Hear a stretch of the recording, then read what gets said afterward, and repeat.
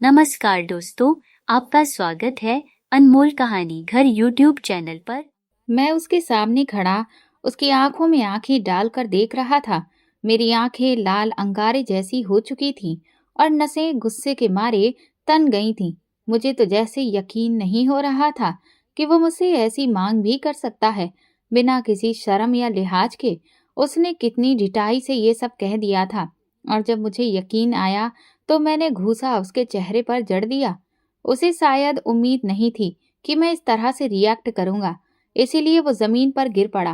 फिर उठते ही उन्होंने कहा कि अब मेरी कीमत दोगुनी हो गई है। पहले सिर्फ एक रात की बात की थी, अब 2 रात के लिए मुझे तुम्हारी बीवी चाहिए होगी, और अगर तुमने मुझ पर दोबारा से हाथ उठाया तो 2 से 3 रातें कर दूंगा, और फिर इसी तरह से बढ़ाता चला जाऊंगा। उसने अपनी उंगली मेरे लाल पड़े चेहरे की ओर उठाई और मैं और भी लाल हो गया था। मैंने कहा, तुम्हारा दिमाग तो खराब नहीं हो गया ना? तुम होश में तो हो ना? तुम मुझसे किस तरह की मांग कर रहे हो, घटिया इंसान। वो कहने लगा, खुद ही तो कह रहे थे कि मुझे तुम्हारी हर शर्त मंजूर है, और मेरी यही शर्त है। और तुम जानते हो ना कि मैं कितना जिद्दी इंसान हूँ। एक बार जो बात अपने मुंह से निकाल दूं, उसे पूरा करके ही रहता हूँ। तुम जानते हो कि मेरे सामने तुम इनकार नहीं कर सकते, वरना तुम्हारी सारी जिंदगी की कमाई मिट्टी में मिल जाएगी, और ऐसी औरत तुम्हारे पास भला क्यों रहेगी जिसकी जेब में एक ढेला तक ना हो। ये सब कुछ तुम्हारा हो सकता है, बस 2 रात की ही तो बात है, और 2 रातें भी तुम्हारी बेवकूफ़ी की वजह से, वरना मैं तो सिर्फ एक रात के लिए मांग रहा था। वो कमीनेपन से हंसा था और मैं अंदर तक जल के राख हो गया। मुझे आज पहली बार अपनी बेबसी पर रोना आ रहा था। इस कंपनी को खड़ा करने में मैंने 10 साल लगाए थे, और मेरे सामने खड़ा इंसान मेरा पार्टनर था, जिसके साथ मिलकर मैंने इसकी नींव रखी थी। मगर तब मैंने उस पर आंखें मूंद करके विश्वास किया था, इसीलिए मेरे सारे दस्तावेज उसी के पास थे, और उसने मेरे इस भरोसे का इतना गलत फायदा उठाया कि मुझसे उन पर साइन करवा कर कंपनी के सभी शेयर अपने नाम पर करवा लिए। और जब मैं 5 साल बाद अपनी मंजिल पर पहुंच गया तो उसने मुझे मुंह के बल गिरा दिया। वो मेरा दोस्त था, मगर वो इतनी घटिया होगा मैंने कभी सोचा नहीं था। और जब मुझे उसकी असलियत का पता चला तो पानी सिर से बहुत ऊपर निकल चुका था। मगर उसने मुझसे एक शर्त रखी थी, सिर्फ एक शर्त, पर मुझे मेरी कंपनी के शेयर लौटाने को वो तैयार था, अगर मैं अपनी बीवी को उसके हवाले कर देता। और मैं उसकी ये शर्त सुनकर ही गुस्से के मारे आपे से बाहर हो गया था। मैं इतना बेगैरत इंसान नहीं था कि अपनी जान से प्यारी बीबी को उसके हवाले कर दूं। कोई भी मर्द इतना बेगैरत नहीं होता, और मेरा ये रिएक्शन बिल्कुल जायज था। मगर उसने मेरे घूसे का जवाब एक रात और बढ़ाकर दिया था, और मैं उसे बेबसी से गुस्से से देख रहा था। काश कि मैंने उस पर इस तरह से भरोसा ना किया होता।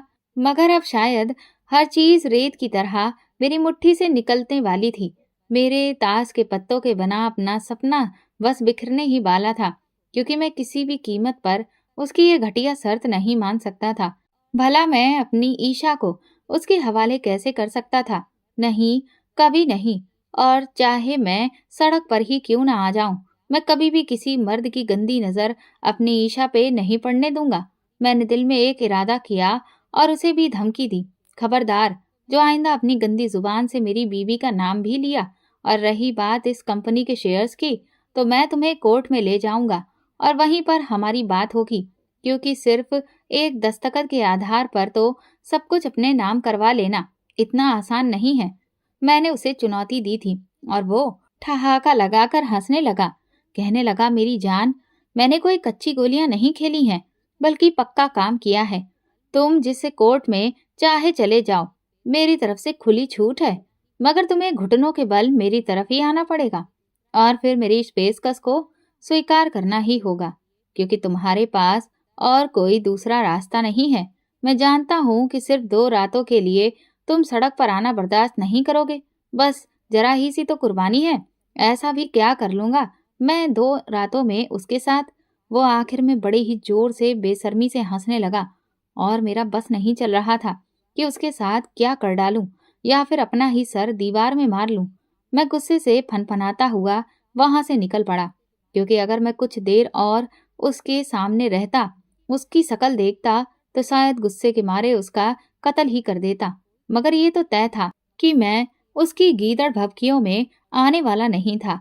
आखिर कोई तो तरीका होगा, मगर शायद ये मेरी खुशफहमी थी और शायद मुझे आखिर में उसके आगे झुकना ही था। इस बात से बेखबर मैं गुस्से से तेज रफ्तार से गाड़ी चला रहा था। मेरा गुस्सा और जुनून बढ़ता जा रहा था और मैं जानता था कि मैं इस जुनून को कौन ठंडा कर सकता है, और मैं उसी के पास जा रहा था।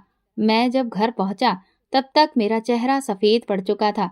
ईशा चिंतित होकर मेरी तरफ आई और मेरा कोट उतारा। कहने लगी, क्या बात है? लगता है आज ऑफिस में कुछ ज्यादा ही काम था। मुझे तो भूलते ही जा रहे हो। उसने हल्का सा सिकबा किया। मैंने कहा, तुम कोई भूलने वाली चीज हो? तुम तो मेरी जिंदगी का असल खजाना हो। तुमसे बढ़कर मुझे किसी चीज से लगाव या प्यार नहीं। उसने कहा, क्या हो गया है? आज आपको आज तो बड़ा प्यार आ रहा है मुझ पे। मैंने उसे दोनों कंधों से थाम कर अपने पास खींचा, उसके चेहरे पर अपने दोनों हाथ रखे और उसका माथा चूम लिया। मैंने कहा, तुम ही मेरे सुकून का जरिया हो। तुम्हारे बिना जीने की बात मैं सोच भी नहीं सकता। मेरी आंखें फिर से लाल होने लगी थीं। ऐसा लग रहा था जैसे अभी छलक पड़ेंगी।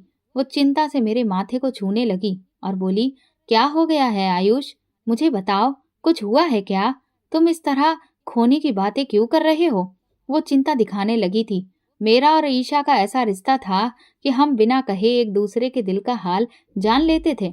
वो मेरी आंखें पढ़ लेती थी और मैं उसके दिल की हर धड़कन को समझता था। भला मैं ईशा को किसी और के हवाले कैसे कर सकता था? क्या मैं इतना गिरा हुआ इंसान हो सकता था कि अपनी कंपनी के लिए अपनी बीवी, अपनी इज्जत, अपनी मोहब्बत से हाथ धो लूं? मुझे तो समझ नहीं आ रहा था कि असल में उसने इतनी गिरी हुई बात मुझसे क्यों की। हमारी इतनी पुरानी यारी थी और वो तो ईशा का अच्छा दोस्त भी था। वो इतनी घिनौनी बात कैसे कर सकता था? मैं ईशा को देख रहा था और सोच रहा था कि राहुल के बारे में उसे क्या कहूं। उसने मेरे चेहरे के सामने चुटकी बजाई और पूछा, किस सोच में गुम हो गए हो? खाना लगा दूं आपके लिए? मैंने कहा, हाँ, तुम खाना लगाओ, मैं अभी फ्रेश होकर आता हूँ। वो मुस्कुराकर चली गई। अगर मैं ईशा को बता देता कि राहुल ने कितनी घिनौनी मांग रखी है, तो शायद वो मुस्कुराना भूल जाती और इसी वक्त गुस्से में आकर उसे एक जोर का थप्पड़ मारती। मगर मैं ईशा को अभी कुछ बताना नहीं चाहता था, क्योंकि मैं राहुल की बात कभी भी मानने वाला नहीं था। यही मेरी सोच थी। लेकिन जो इंसान सोचता है वैसा हकीकत में हो जाए, ये जरूरी तो नहीं। कभी कभी हकीकत हमारी सोच से परे और बहुत उल्टी होती है और हम बस हाथ मलते रह जाते हैं। मुझे नहीं पता था कि मैं ईशा को कब से इतना चाहने लगा था। ऐसा लगता था जैसे वो मेरी नसों में जिंदगी बनकर दौड़ने लगी हो। हम एक साथ कॉलेज में पढ़ते थे। वो इंग्लिश डिपार्टमेंट की स्टूडेंट थी और मैं और राहुल बिजनेस डिपार्टमेंट के थे। हम तीनों की आपस में बहुत गहरी दोस्ती थी। लेकिन मेरा और ईशा का रिश्ता दोस्ती से बढ़कर कुछ और था। ऐसा रिश्ता जो दिखाई नहीं देता था, मगर फिर भी सबको नजर आने लगा था। जब कॉलेज की फेयरवेल पार्टी में मैंने ईशा को एक गुलाब दिया, तो वो बोली, कॉलेज छोड़ने के बाद हम एक दूसरे को नजर नहीं आएंगे। शायद तुम मुझे भूल ही जाओ। वो जैसी हल्की नाराजगी से बोली थी और मैंने उसका हाथ पकड़ लिया। वो हैरान हुई। मैंने कहा, ये हाथ मैं हमेशा के लिए थामना चाहता हूँ। इसे तुम्हारे पापा से मांगना चाहता हूँ। अगर तुम्हें ऐतराज ना हो तो मेरी बात को। वो एकदम से शर्माई और बोली, फ्लर्ट कर रहे हो मुझसे? हम तो दोस्त हैं ना। मैंने कहा कि मैंने तुम्हें कभी दोस्त नहीं समझा, बल्कि तुम मेरी दोस्त से बहुत आगे बढ़कर मेरी जिंदगी का हिस्सा बन चुकी हो। मैं तुम्हें अपनी जिंदगी में शामिल करना चाहता हूँ और तुम्हें जिंदगी में शामिल करना हो, उसे फ्लर्ट नहीं, उससे इश्क किया जाता है। वो एकदम से शर्मा गई। यूं हमारे कॉलेज के दिन खत्म होते ही हमारी मोहब्बत की शुरुआत हो गई। राहुल ये बात नहीं जानता था, क्योंकि मैं उसे तब बताना चाहता था जब मेरी और ईशा की सगाई पक्की हो जाती। ये उसके लिए सरप्राइज होने वाला था, क्योंकि मैंने अपनी मोहब्बत की चर्चा कभी किसी से नहीं की थी। बस अपने दिल के निचले खानों में इसे दबा कर रखा था। कॉलेज के बाद मेरा और राहुल का साथ मिलकर बिजनेस करने का प्लान था। हम दोनों ही बहुत काबिल स्टूडेंट थे। हमारी आंखों में कुछ करने के ख्वाब थे, एक बहुत बड़े बिजनेसमैन के सपने थे और हमारी दोस्ती भी गहरी थी। इसीलिए हमने अपने एक छोटे से बिजनेस की शुरुआत पहले ऑनलाइन की थी, क्योंकि प्रॉपर्टी खरीदने के लिए हमारे पास पैसे नहीं थे। हमने सोचा था पहले एक वेबसाइट बनाकर उस पर अपना बिजनेस फैलाएं और फिर अपनी एक कंपनी बनाएंगे और उसे और भी बड़ा करेंगे। इस दौरान ईशा के साथ मेरी मुलाकातें होती रहीं। मैंने उसे यकीन दिलाया था कि 1 साल के अंदर अंदर उसे अपना बना लूंगा।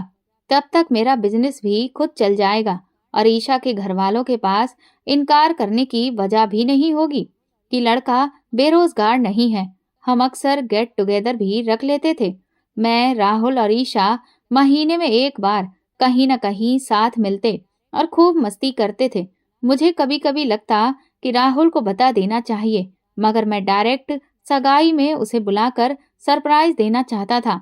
और ठीक 1 साल बाद आखिरकार मैंने ये कारनामा कर ही लिया और ईशा के साथ मेरा रिश्ता पक्का हो गया। हमारी साइट भी चलने लगी थी और ऑनलाइन काफी सारे ऑर्डर्स मिलने लगे थे। मैं और राहुल दिन रात मेहनत कर रहे थे और अब तो मुझे अपना भविष्य उज्जवल दिखाई दे रहा था। ऊपर से ईशा को पाने की खुशी से मैं हर समय अपने होठों पर मुस्कान लिए रहता। राजेश, जो कि हमारी टीम में था, वो काफी टटोलने में लगा हुआ था मुझको, लेकिन मैं उसे हर बार टाल देता था और कहता कि समय आने पर सब बता दूंगा, ये एक सरप्राइज है। जब मैं एक आंख दबाकर ये कहता तो वो सोच में पड़ जाता। फिर जब मैंने राहुल के सामने अपनी सगाई का निमंत्रण रखा तो वो सन्न रह गया था। वो मुझे हक्का बक्का होकर देखने लगा। जब उसने कार्ड पर आयुष के साथ ईशा का नाम देखा तो उसकी उंगलियों में साफ साफ कपकपाहट होने लगी थी और उसका चेहरा चूने के जैसा सफेद पड़ गया था। राहुल ने पूछा, ये क्या मजाक है आयुष? मैंने उसे मुस्कुराते हुए देखा और एक आंख दबाई। फिर कहा कि ईशा मेरी जिंदगी की सबसे बड़ी हकीकत है, सबसे बड़ी ख्वाहिश जो पूरी होने के करीब है, और मैं तुम्हें सरप्राइज देना चाहता था। कैसा लगा मेरा सरप्राइज? कुछ क्षणों के लिए वो बिल्कुल चुप होकर मुझे देखता रहा। मैंने उसके चेहरे के सामने चुटकी बजाई और कहा, क्या हो गया? सांस क्यों अटक गई? उसने कार्ड मेज पे पटक दिया और कहा, मुझे तुम्हारा ये मजाक बिल्कुल पसंद नहीं आया। उसका चेहरा बिल्कुल सख्त था और वो मुंह दूसरी तरफ करके कंप्यूटर पे काम करने लगा। मैंने उसके कंधे पे झुकते हुए कहा, सॉरी यार, गलती हो गई। इस तरह मुंह तो मत फुलाओ। ईशा कोई तुम्हारी गर्लफ्रेंड तो नहीं थी जो मैंने तुमसे छीन लिया। मैंने ये बात मजाक में कही थी, मगर उसका चेहरा एकदम से लाल हो गया था। वो गुस्से के मारे मुझे देखने लगा और फिर अचानक खड़ा होकर मेरे सामने आ गया। उसने कहा, अगर मैं कहूँ कि मुझे ईशा पसंद है तो क्या तुम उसे छोड़ दोगे? क्या तुम मेरी बात मान लोगे? उसकी बात सुनकर तो मैं एकदम से सन्न हो गया था। मैंने कहा, क्या मतलब है तुम्हारा? ये कौन सा मजाक है? उसने कहा, बिल्कुल उसी तरह जैसे तुमने मेरे साथ किया, बल्कि तुम दोनों ने मेरी आंखों में धूल झोंकी है। मैं तुम्हें माफ नहीं करूंगा।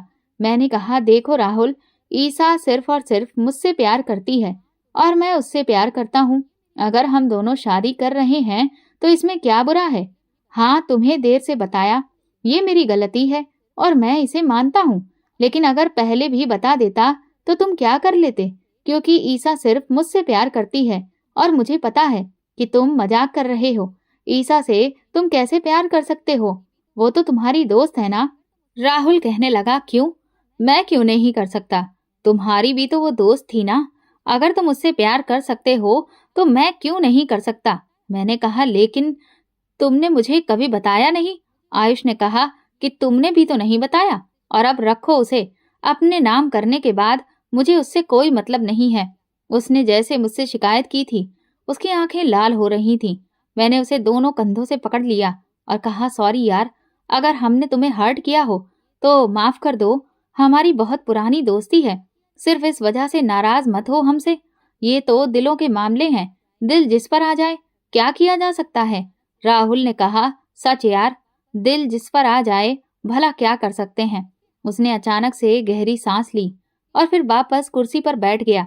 मैंने भी उसे उसके हाल पर छोड़ दिया।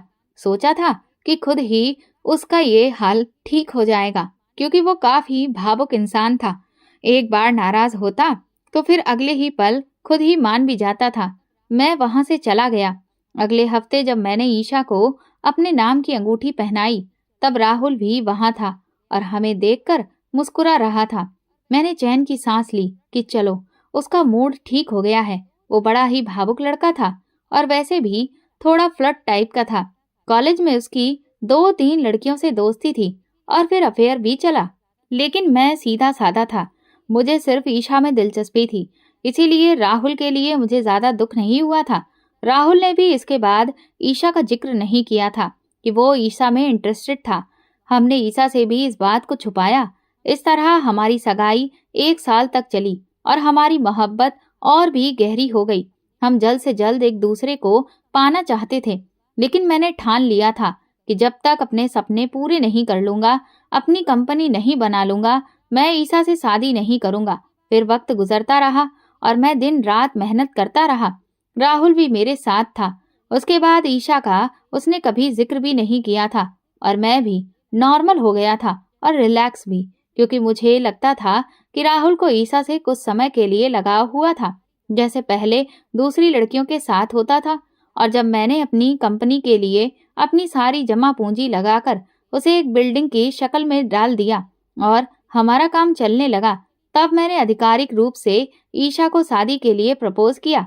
हमारी सगाई 4 साल तक चली थी और इन 4 सालों में हमारा रिश्ता और भी मजबूत हो गया था।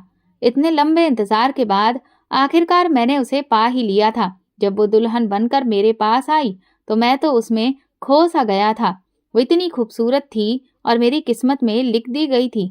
मैं राहुल को भी अपनी शादी पे इनवाइट किया था और वो बिल्कुल चुपचाप सा था, न ज्यादा मुस्कुरा रहा था और ना ही ज्यादा दुखी था। बस अंदर तक उतरती निगाहों से मुझे और ईशा को देख रहा था। मैंने उसे ज्यादा नोटिस नहीं किया, क्योंकि मेरा पूरा ध्यान ईशा की तरफ था, जो कि किसी अप्सरा से कम नहीं लग रही थी। हमारी शादीशुदा जिंदगी की शुरुआत बेहद रोमांटिक अंदाज में हुई थी। मेरी मोहब्बत पाकर वो और भी ज्यादा खूबसूरत हो गई थी और मैं तो खुशी से फूला नहीं समा पा रहा था। मैं 1 महीने के लिए अपनी कंपनी राहुल के हवाले करके ईशा के साथ हनीमून पर चला गया। वो मेरी जिंदगी का सबसे हसीन वक्त था जो मैंने उसकी संगत में गुजारा था। इस दौरान मुझे बिल्कुल भी पता नहीं था कि कंपनी में मेरे पीछे क्या हो रहा है। मैंने सारे सीक्रेट और जरूरी दस्तावेज मेरे पड़े हुए थे और मुझे राहुल पर पूरा भरोसा था। जब मैं 1 महीने बाद वापस आया तो राहुल का रवैया कुछ बदला बदला सा था। शायद वो मुझे खुश देखकर उदास लग रहा था। मैंने कहा, राहुल, अब तुम्हें भी शादी कर लेनी चाहिए। आखिर कब तक तुम ऐसे कुंवारे रहोगे? ये कंपनी हम दोनों की है। हम अच्छे से अच्छा खासा मुनाफा भी कमा रहे हैं। अब तुम्हें भी अपना घर बसाने की सोचनी चाहिए। मैंने बड़े प्यार से कहा था, लेकिन उसने मुझे कंधे से झटकते हुए कहा, हर कोई तुम्हारी तरह खुशकिस्मत नहीं होता। मैंने कहा, कब तक ये बात अपने दिल में रखोगे? तुम्हें लड़कियों की कोई कमी थोड़ी है। एक से बढ़कर एक लड़की मिल जाएगी तुम्हें। मैंने उसे छेड़ा, मगर ना जाने क्यों उसका रवैया एकदम से बदल गया। खैर, उस समय मैंने ज्यादा नोटिस नहीं किया। उसके बाद वो जिस जिस फाइल पर मुझसे साइन करवाता रहा, मैं बिना पढ़े ही कर दिया करता था, क्योंकि पहले भी ऐसा ही होता था। मगर मुझे क्या पता था कि मेरी नाक के नीचे वो कितना घिनौना खेल खेल रहा है।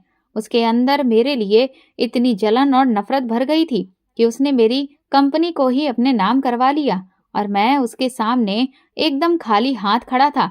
दुख इस बात का था कि वो मेरा दोस्त था, जिस पर मुझे अपनी जान से भी ज्यादा भरोसा था, और वही सबसे बड़ा धोखेबाज निकला।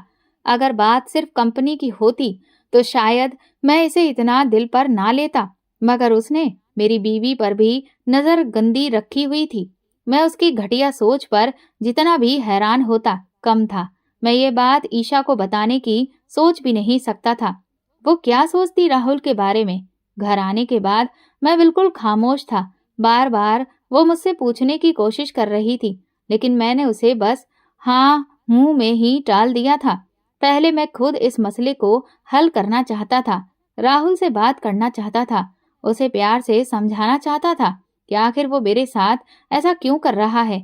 अगली सुबह जब मैं ऑफिस गया तो एक और कहर मेरा इंतजार कर रहा था। मैं अपनी ही बिल्डिंग के सामने खड़ा था, लेकिन इतना बेबस था कि अंदर जाने की इजाजत नहीं थी। वहां एक बहुत बड़ा बोर्ड लगा हुआ था जिस पर लिखा था ऑफिस फॉर सेल। मैं गुस्से, सदमे और बेबसी की हद पर था। मेरा बस नहीं चल रहा था कि मैं राहुल का मुंह तोड़ दूं। मैं राहुल के खिलाफ कानूनी कार्रवाई करूंगा, मैंने सोच लिया था। ऐसा कैसे हो सकता था कि मेरी जमीन, मेरी ही बिल्डिंग मेरे हाथ से इतनी आसानी से निकल जाए। जैसे ही मैंने जेब से मोबाइल निकाला, एक अनजान नंबर से कॉल आने लगा। मैंने तुरंत फोन उठाया। जो बात मैंने सुनी उसने मेरे होश उड़ा दिए।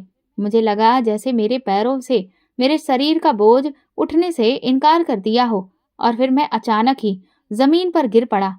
फोन पर वही कमीना था और कह रहा था कि घी अगर सीधी उंगली से ना निकले तो उंगली को टेढ़ा करना पड़ता है। कितना इंतजार किया मैंने इस पल का, जब ईशा मेरी हो जाएगी। तुमसे मैंने एक रात के लिए ईशा को मांगा था, मगर अब तुम उसकी शक्ल कभी नहीं देख सकोगे, क्योंकि मैं तुम्हारा सब कुछ छीन कर हमेशा के लिए यहाँ से जा रहा हूँ। बस तुम्हें बताना जरूरी समझा। आज से ईशा तुम्हारी जिंदगी से हमेशा के लिए बाहर है। वो सिर्फ मेरी है और मैं उसे हासिल कर चुका हूँ, क्योंकि जो चीज मुझे आराम से ना मिले उसे मैं जबरदस्ती छीन लेता हूँ। और ये तुम्हारे उस सरप्राइज का बदला था जो तुमने मुझे 5 साल पहले दिया था, क्योंकि अब तो तुम जरूर सरप्राइज हो गए होगे। ये कहते हुए वो जोर से हंसा था और फोन काट दिया। फोन के साथ जैसे मेरा दिल भी टूट गया। मुझे समझ नहीं आ रहा था कि मैं क्या करूं। मैं एकदम से पागलों की तरह दौड़ता हुआ अपनी गाड़ी में बैठा। मुझे अभी तक उसकी बातों पर यकीन नहीं था। मैं घर जाकर खुद ईशा को देखना चाहता था।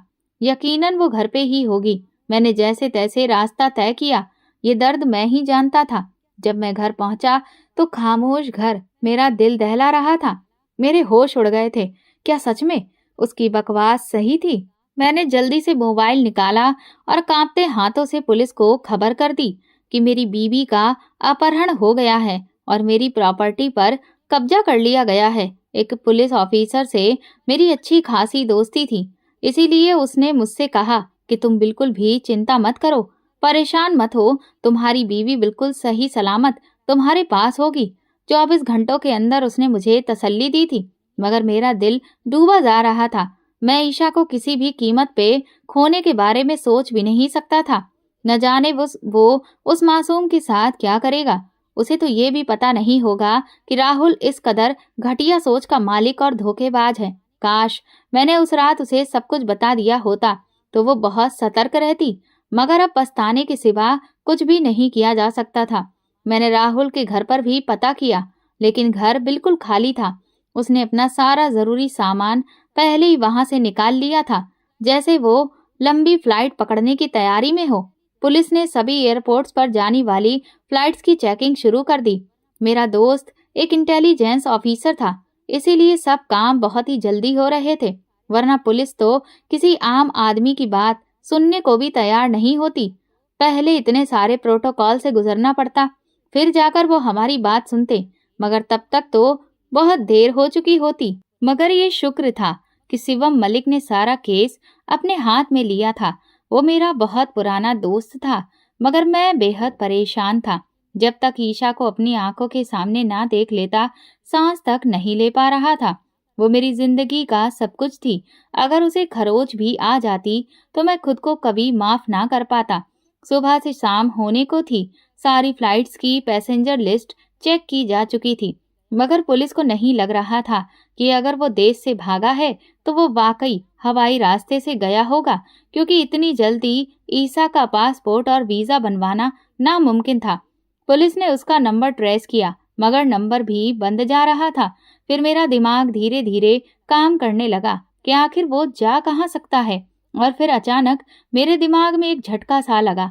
1 हफ्ता पहले मैं किसी काम से उसके कैबिन में गया था। वो वहां नहीं था तो मैं फाइल्स देखने लगा। मुझे एक जरूरी फाइल की जरूरत थी कि अचानक एक फाइल में से कुछ गिरा। मैंने नीचे झुककर उन्हें उठाया तो वो 2 टिकट थीं। उनमें लिखी तारीख 1 हफ्ते बाद की थी। वो किसी समुद्री जहाज की टिकट थी जो 1 हफ्ते बाद जाने वाला था, और उन टिकट का आज की ही तारीख भी थी। अचानक मेरा सिर चकराने लगा। तो क्या वो ईशा को समुद्री रास्ते से ले जा रहा था ताकि किसी को शक ना हो? ये प्लानिंग उसने बहुत पहले से कर रखी थी। वो तो बस मौके के सही इंतजार में था। मैंने जल्दी से घर में समय देखा तो शाम के 5 बज रहे थे, यानी अब से ठीक 2 घंटे बाद वो जहाज यहाँ से रवाना होना था। ईशा तक पहुँचने के लिए मेरे पास सिर्फ 2 घंटे थे और कोई भी समय बर्बाद किए बिना हम वहां से निकल पड़े थे। फिर मेरे साथ ऑफिसर शिव मलिक भी थे। उन्होंने कहा, बड़ा चालाक आदमी है, लेकिन हमसे ज्यादा नहीं, हम उसे पकड़ लेंगे, तुम परेशान मत हो। बार बार मैं अपने माथे का पसीना पोंछ रहा था। अगर आज मैंने ईशा को खो दिया तो वो मेरी पहुंच से बहुत दूर निकल जाती। 1.5 घंटे बाद हम वहां पहुंच चुके थे। पुलिस ने सब कुछ अपने नियंत्रण में ले लिया था। पूरे जहाज को घेर लिया गया था। मैं उस जहाज में खुद भी घुस गया था और शिवम मलिक और उनके अधिकारी यात्रियों की सूची जांच कर रहे थे। लेकिन मैं पागलों की तरह इधर उधर दौड़ रहा था। जरूर ईशा को उसने बेहोश करके रखा होगा, क्योंकि होश में वो उसके साथ कहीं नहीं जाएगी। पुलिस भी बारी बारी सभी यात्रियों के कमरे चेक कर रही थी और फिर आखिरकार मैंने उसे दूर से देख लिया।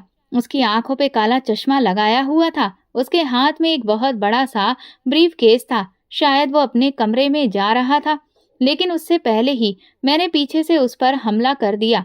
इस हमले पे वो अचानक घबरा गया, जैसे उसे यकीन ना हो कि मैं इतनी जल्दी यहाँ पहुंच जाऊंगा। इससे पहले कि मैं उसे मार मार कर खत्म कर देता, पुलिस पीछे से आ गई और उसे हथकड़ियां पहना दी। मैंने जल्दी से ब्रीफ केस खोला, क्योंकि मुझे यकीन था ईशा उसी में होगी, और यही हुआ था। वो पूरी तरह बेहोशी की हालत में मिली थी और उसे देखकर मेरा दिल राहुल को मारने को चाह रहा था। अगर वो थोड़ी देर और अंदर रहती तो शायद मर ही जाती। मैं उसे वहां से निकाल कर अपने से चिपका चुका था और पागलों की तरह रोने लगा था। राहुल को गिरफ्तार कर लिया गया था। उस पर कई मामले दर्ज किए गए थे। मेरी बीवी को साथ ले जाना और मेरे सारे कारोबार पर गलत तरीके से कब्जा करना और मुझे डराना धमकाना। वो इतनी आसानी से बाहर आने वाला नहीं था। ईशा बहुत परेशान थी, लेकिन बिल्कुल चुप थी। मैंने उससे पूछा, क्या तुम जानती थी ईशा कि वो तुमसे प्यार करता था? तो उसने कहा, हाँ, हमारी शादी के 1 रात पहले वो मेरे पास आया और कह रहा था कि अगर तुम शादी से इनकार कर दो तो मैं तुम्हें आयुष से ज्यादा खुश रखूंगा, क्योंकि मैं तुम्हें पागलों की तरह चाहता हूँ। कब से? शायद आयुष से भी पहले। और मैं दूसरी लड़कियों के साथ इसीलिए फ्लर्ट किया करता था ताकि तुम उनसे जलन महसूस करो और मेरे करीब आ जाओ। लेकिन मुझसे पहले ही आयुष ने तुम्हें अपना बना लिया।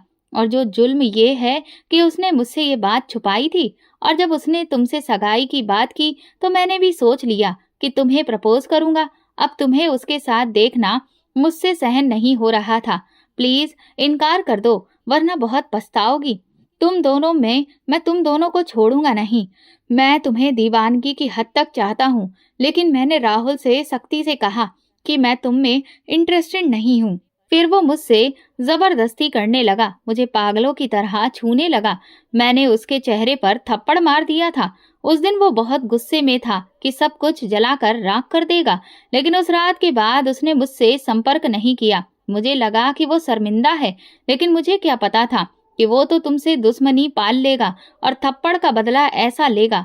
वो मेरे कंधे से लगी, फूट फूट कर रोने लगी और मैंने उसे अपनी बाहों में समेट लिया, क्योंकि मुझे भी नहीं पता था कि वो ऐसा पागल निकलेगा। लेकिन शुक्र था कि मैं मौके पर पहुंचकर ईशा को बचा सका था, वरना आज मेरा तो सब कुछ खत्म हो चुका होता।